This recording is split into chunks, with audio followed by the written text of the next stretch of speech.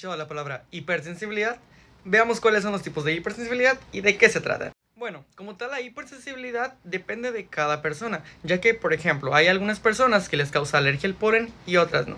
En todo caso, sería algo o un fenómeno que parezca inocuo, sin embargo, el cuerpo reacciona ante ello.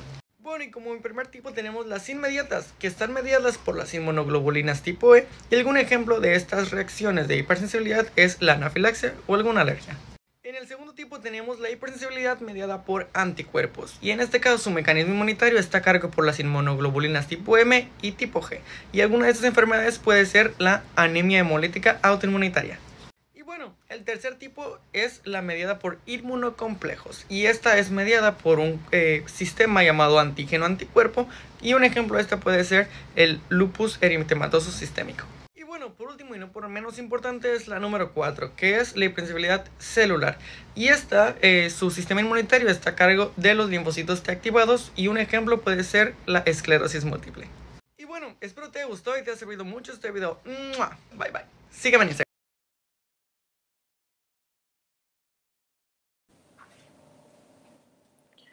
Saludos cordiales, maestro Iván Franco. Nosotros somos del grupo teórico 02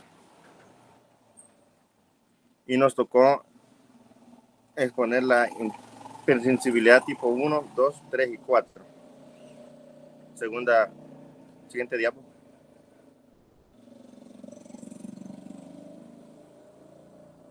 Hipersensibilidad tipo 1, 2, 3 y 4.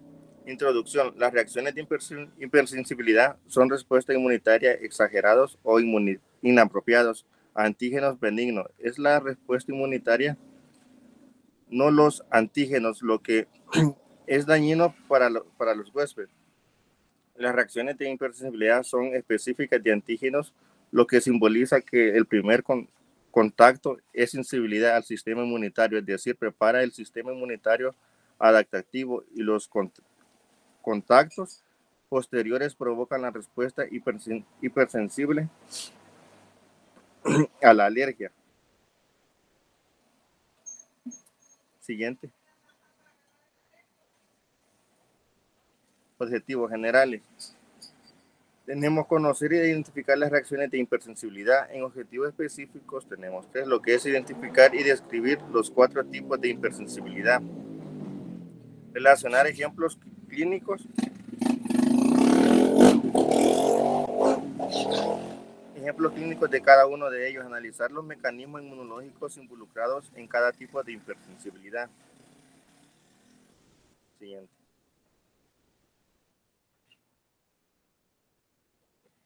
En la hipersensibilidad tipo 1 tenemos que es inmediata, lo que es la alergia. Se manifiesta por reacciones tisulares a los minutos que el alergeno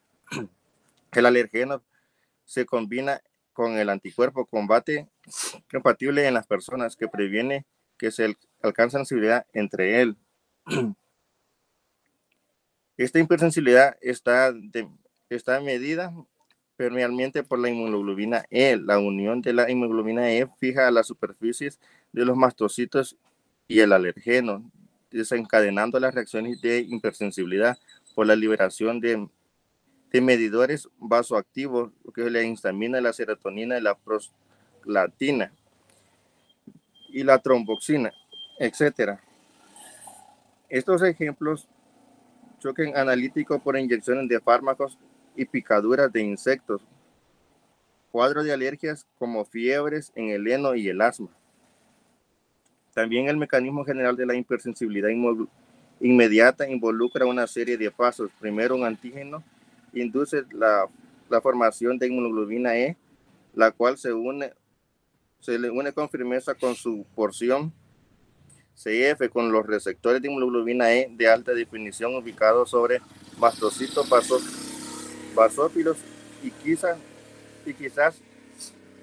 eosinófilos. Si un individuo experimenta una segunda opción al mismo antígeno cierto tiempo después, habrá encruzamiento entre la molécula de inmunoglobulina E unidas a las células antes mencionadas y se liberan medidores farmacológicos activos. Siguiente. Los mecanismos usados, que es la histamina y la proslactinas y los neucotrienos. En la histamina existe un estado performado en las plaquetas, en los glóbulos de mastocitos, basófilos y eosinófilos. Su liberación provoca vasodilatación, aumento de la permeabilidad capilar y la contracción del músculo liso. La histamina también es el principal medidor de las reacciones del tipo 1. La atropina son los transformadores de la hipersensibilidad autógena. Existe una predisposición familiar fuerte y se relaciona con los niveles altos de hemoglobina E. Los tratamientos y prevención de reacción anafilácticas. El tratamiento tiene como objetivo prevenir la acción de los medidores al mantener permeable las vías respiratorias, como la ventilación artificial, si es necesario, y dar aporte a las funciones cardíacas. A menudo se administra adrenalina y corticosteroides. Sin embargo, el mejor método de prevención es identificar el antígeno para ser detectado, como la serotonina de hemoglobina E, y evitar contactos subsiguientes, lo que es siguiente.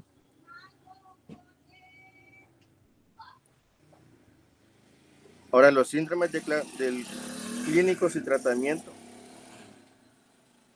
Las reacciones de hipersensibilidad inmediata tienen diversas características clínicas y patológicas, todas las cuales son atribuibles a medidas producidas por mastocitos en diferentes cantidades y en diversos tejidos. Algunas manifestaciones leves, como la rinitis alérgica y sinusitis, que son frecuentes en la fiebre del heno, son reacciones o alérgenos inhaladores por unas proteínas del polen de ambrosina. La forma más grave de la hipersensibilidad inmediata es la anafilaxia, una reacción sistemática caracterizada por edema en muchos tejidos. Incluye la laringe, acompañada de una reducción de la presión arterial. Como cuadro clínico tenemos lo que es el picor, el ardor, edemas, urticarias y eritemas. Siguiente.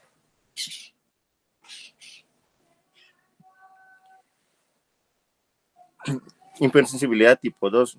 Son reacciones medidas por la interacción del anticuerpo de hemoglobina G y hemoglobina M, performados por antígenos presentes en la superficie celular y en otros componentes tisulares, activado al sistema del complemento, como por ejemplo las reacciones transfuncionales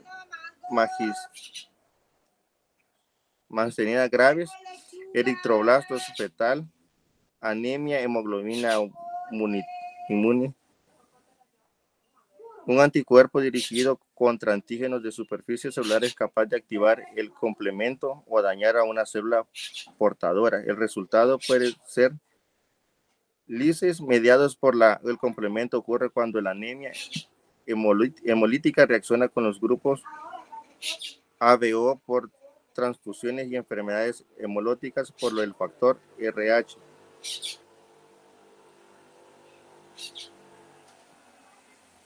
Fármacos como la penicilina pueden inhibir a otras proteínas superficiales como el eritrocito e iniciar las formaciones de anticuerpos. Esta inmunoglobina antiinmunitaria después se combina con la superficie celular y provoca hemodiálisis.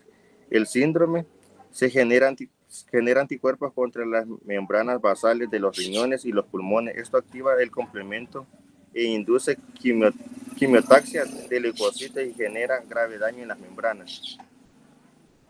Siguiente.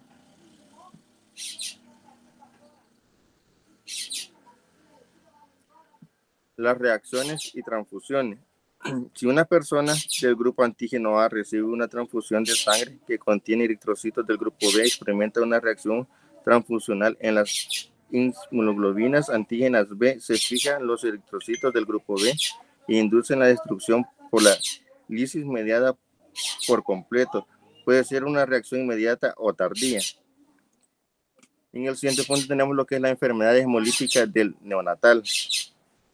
Las enfermedades hemolíticas graves del neonato, llamada eritroblastosis fetal, se desarrolla más a menudo cuando un feto del grupo RH positivo expresa sus eritrocitos en antígenos RH, lo que la madre es de tipo RH negativo o no expresado. Luego tenemos como último punto la anemia hemolítica. Ciertos antibióticos como por ejemplo la penicilina puede absorberse de manera ineficacia a proteínas de la membrana de los eritrocitos formados por un ejemplo similar al complejo portador del acteno. Ahora les dejo con mi compañera. Bueno, seguimos con lo que es el tipo 3 de hipersensibilidad, que esta se ve por los complejos inmunitarios. En este caso tenemos que cuando un anticuerpo se combina con su antígeno específico, se forman complejos inmunitarios. Estos por lo general se eliminan de inmediato, pero en ocasiones persisten y se depositan en los tejidos. ¿Esto qué quiere decir? Que cuando un anticuerpo está mediado por los antígenos o anticuerpos y de la hemoglobina G o hemoglobina M que reconocen a los antígenos presentes en fluidos corporales. Estos complejos antígeno y anticuerpos pueden surgir en infecciones cuando se combinan en cantidades suficientes de anticuerpos específicos y antígenos libres del microorganismo infeccioso para formar un complejo inmunitario. Tenemos también en que estos complejos antígeno-anticuerpos pueden surgir en infecciones, como habíamos hablado, en las cuales se puede ser libre en los microorganismos para formar un complejo inmunitario. En las enfermedades inmunitarias o autoinmunitarias, los antígenos, también llamados propios, inducen la formación de anticuerpos que se unen a ellos o depositan en los órganos y tejidos en forma de complejos. En particular podemos tener en cuenta dichas patologías como se puede ver en órganos como las articulaciones que da la artritis y los riñones que da la nefritis. Tenemos en cuenta también en que el daño tisular depende también de las propiedades de lo que son los anticuerpos o los cuerpos inmunológicos, que es el tamaño, la carga, la densidad y la composición de la inmunoglobulina G, el potencial patógeno. Tenemos también que el sitio donde se depositan se puede dar lo que es la membrana basal del glómerulo renal, los pequeños vasos arteriales y la membrana sinovial. En general podemos decir en que el sistema monocitos macrófagos eliminan estos compuestos, estos complejos, pero cuando hay un exceso pueden circular y depositarse en los vasos sanguíneos, en los riñones o en las articulaciones. En este caso podemos hablar de que el tipo 3 de la hipersensibilidad hay dos tipos principales que se está mediada por los complejos inmunitarios. Tenemos lo que es la reacción de Artus, en el cual uno de ellos se produce de forma local, y tenemos lo que es la involucración de enfermedades sistémicas por complejos inmunitarios, como tenemos ejemplo lo que es la glomerulonefritis postestreptóxica aguda, enfermedad del suero, LES, artritis reumatoide y vasculitis. Tenemos en este caso, como decíamos antes, que podemos ver enfermedades relacionadas con el tipo 3, que es la reacción de Artus, glomerulonefritis postestreptóxica aguda y la enfermedad del suero. Ahora vamos a detallar un poco más sobre estas reacciones. Tenemos lo que es la reacción de Artus, que tenemos de que es un modelo básico de la enfermedad local por inmunocomplejos. Esta reacción necrohemorrágica por depósitos de inmunocomplejos en la pared de los vasos, lo que origina una vasculitis, en la cual hablamos de la diapositiva anterior, en la que se puede ver entre el tipo 3 de hipersensibilidad con necrosis en la pared vascular consecuente en necrosis hemorrágica tisular. Esta reacción se puede ver de forma experimental, tiene lugar después de 1 o 2 horas de una inmunización local, esta ya sea activa o pasiva, generalmente subcutánea. Tenemos de que la reacción de Artus también ocurre cuando se inyecta una pequeña dosis del antígeno en la piel, en la cual produce los anticuerpos de inmunoglobulina G y la activación del complejo, además de que esta puede estimular lo que es la liberación de los mediadores provenientes de los mastocitos y neutrófilos que incrementan la permeabilidad vascular.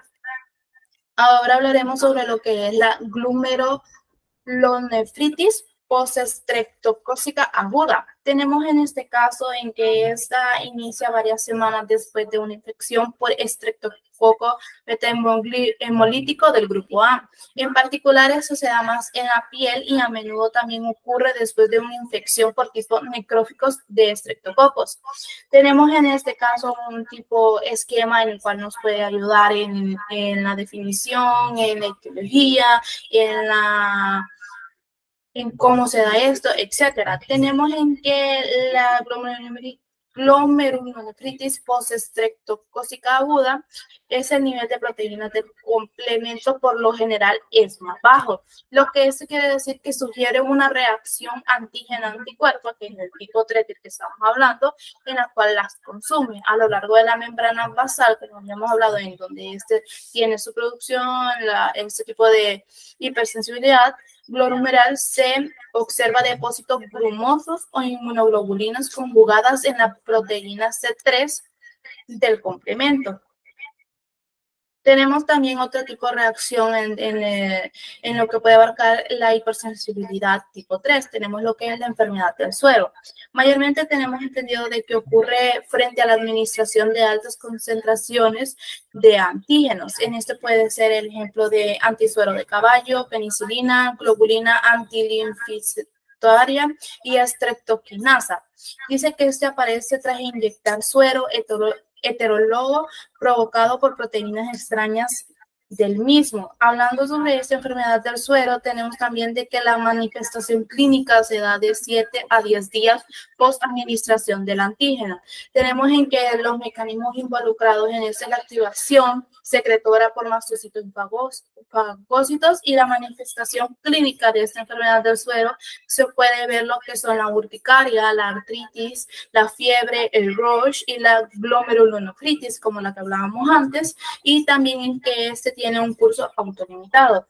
Cuando hablamos de hipersensibilidad tipo 3, tenemos en cuenta de que hay sitios de depósitos de complejo inmune en el cual se ven los antígenos anticuerpos, y la cual la reacción depende de la vía de entrada en el anticuerpo. Tenemos en este caso un ejemplo, podemos decir de que la vía de entrada es endovenosa, en el cual tiene alta dosis, en el cual el sitio en el que se puede depositar son las paredes de vaso glomerulorrenal, en el cual se dan las articulaciones, y también se puede ver la patología. En el caso si se administra el sitio de depósito en las paredes de los vasos, da lo que es la vasculitis. En la glomerulorrenal se da lo que es la glomerulonefritis, y en las articulaciones se da lo que es la artritis. Si digamos estos sitios de depósito complejo inmunes, antígeno, anticuerpos, se da también subcutánea.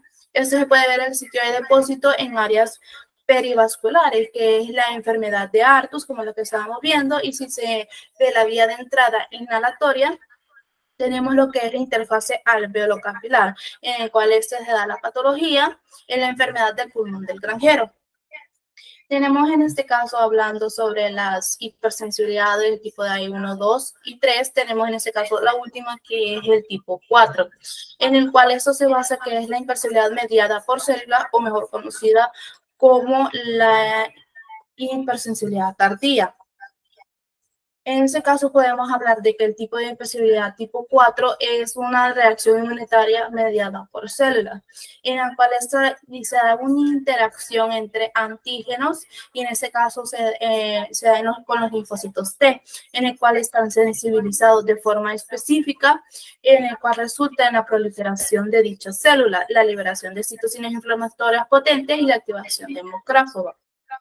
Tenemos en este caso de que la autoinmunidad se divide en trastornos simétricos. Esto quiere decir que se divide en enfermedades del tejido conjuntivo y la vasculitis, y trastornos específicos a órganos. En este caso podemos dividir lo que el tipo 4 tiene 4 apartados en el cual se ve la impercibilidad por tacto, impercibilidad similar a la de la tuberculina, la impercibilidad granulomatosa y la impercibilidad mediada por células T. En este caso hablaremos un poco sobre la impercibilidad por contacto. Tenemos en que está en una primera fase de sensibilización de los actenos, penetra lo que es la epidermis y se une a las moléculas portadoras. Y en este caso podemos decir en que estos complejos son como degradados y procesados por células de Langerhans que llevan el antígeno expuesto en moléculas de MHC de clase 2 hasta los ganglios en donde son presentados por los linfocitos T de CD4. Digamos que la impercibilidad por contacto ocurre después de eventos sensibilizados con sustancia. Eso se puede ver como químicos simples, material de planta, como un ejemplo de esto es la hiedra venenosa, en el cual si esto se toca presenta una impercibilidad por contacto, que es la erupción cutánea. Medicamentos de aplicación tópica, como lo son ungüentos, cremas, etcétera. Algunos cosméticos, en el cual algunas personas, o mayormente mujeres, se ven en reacciones alérgicas después de la aplicación de alguna pasta, polvo, o etcétera, jabones y otras sustancias. En este caso veremos también la hipersensibilidad similar a la de la tuberculina.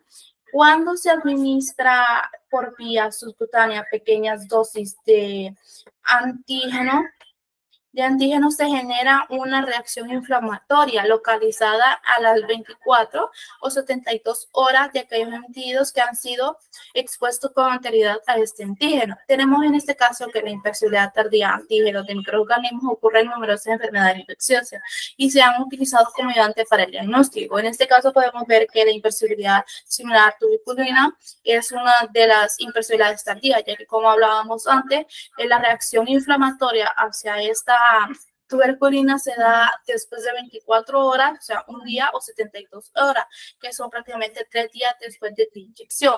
Tenemos que la respuesta de esta hipersensibilidad está mediada por las células T, que secretan citocinas al reconocer al antígeno que se ha inyectado, provocando el incremento en la permeabilidad vascular y el reclutamiento de células de la zona inflamada. Tenemos en que esta reacción no es en sí un proceso alérgico, pero las alergias a las picaduras de insectos mayormente se pueden ver que se producen también por mecanismos de hipersensibilidad tuberculina.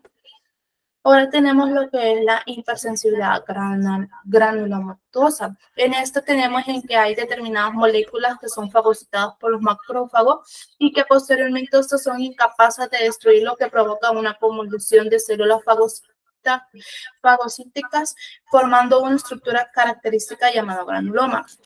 Tenemos en este caso en que se puede ver mayormente en los mineros, por ejemplo, que estos tienen graves problemas respiratorios, inflamaciones intensas y fibrosis debido a la formación de estos granulomas por inhalación de crónica de berilio. Tenemos en este que se llama berilosis, silicio y silicosis, etcétera. Como tenemos entendido, eso se da más en mineros porque eso presentan problemas respiratorios graves, la inflamación que tiene y que a veces estos son incapaces de destruir, lo que provoca, como decíamos antes, la acumulación de las células, en el cual esta estructura se llama granuloma.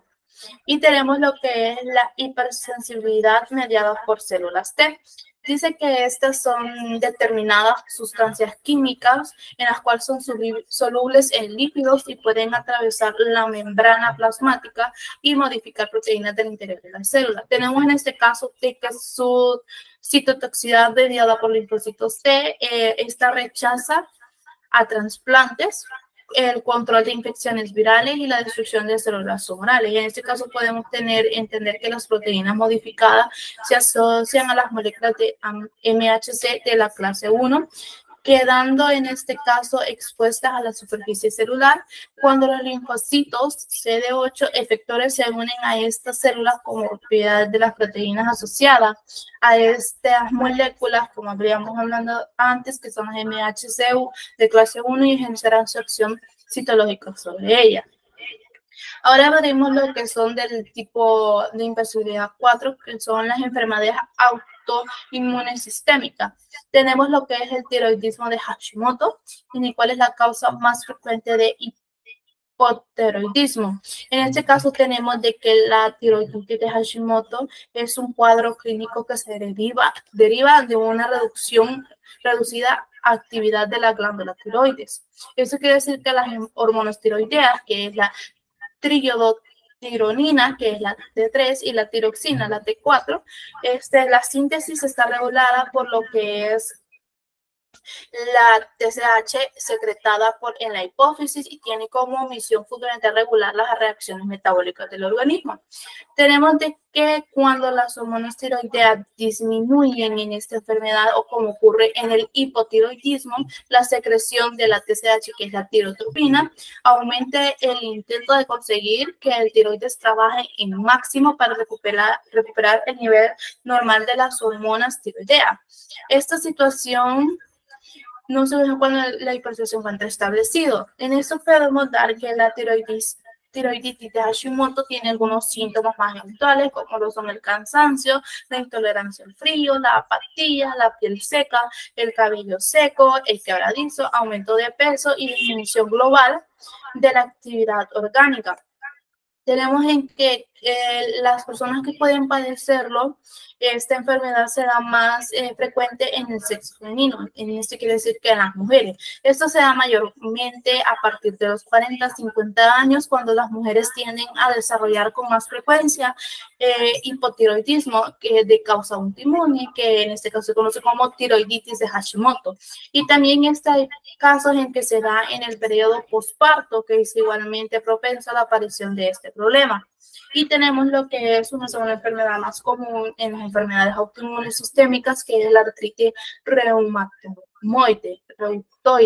Tenemos que la artritis reumatoide, o ARR, mejor conocida, es una enfermedad autoinmunitaria e inflamatoria, lo cual significa que el sistema inmunitario ataca por error las células sanas del cuerpo.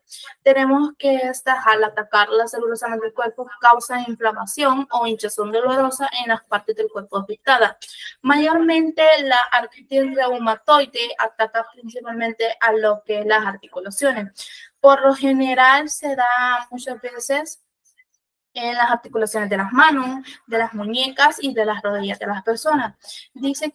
Tenemos entendido de que la artritis reumatoide da el resultado de respuesta inmunitaria al que el sistema inmunitario del cuerpo ataca sus células saludables, como hablamos anteriormente, en las cuales algunas causas específicas son mayormente desconocidas, pero algunos factores pueden aumentar el riesgo de presentar esta enfermedad. Cuando hablamos de factores, podemos ver en que se puede ver la edad, mayormente esto podemos tenerlo en que se ve en edades avanzadas. Tenemos de que el sexo, los casos nuevos de AR por lo general son entre 2 y 3 veces más altos en las mujeres que en los hombres, igual a la tiroiditis de Hashimoto, que se ven se ven mayormente en las mujeres. Tenemos que también los rasgos genéticos o hereditarios son un factor de riesgo para la artritis reumatoide, que se da por lo general a las personas que nacieron con genes específicos, en los cuales tienen mayor probabilidad de presentar ARN.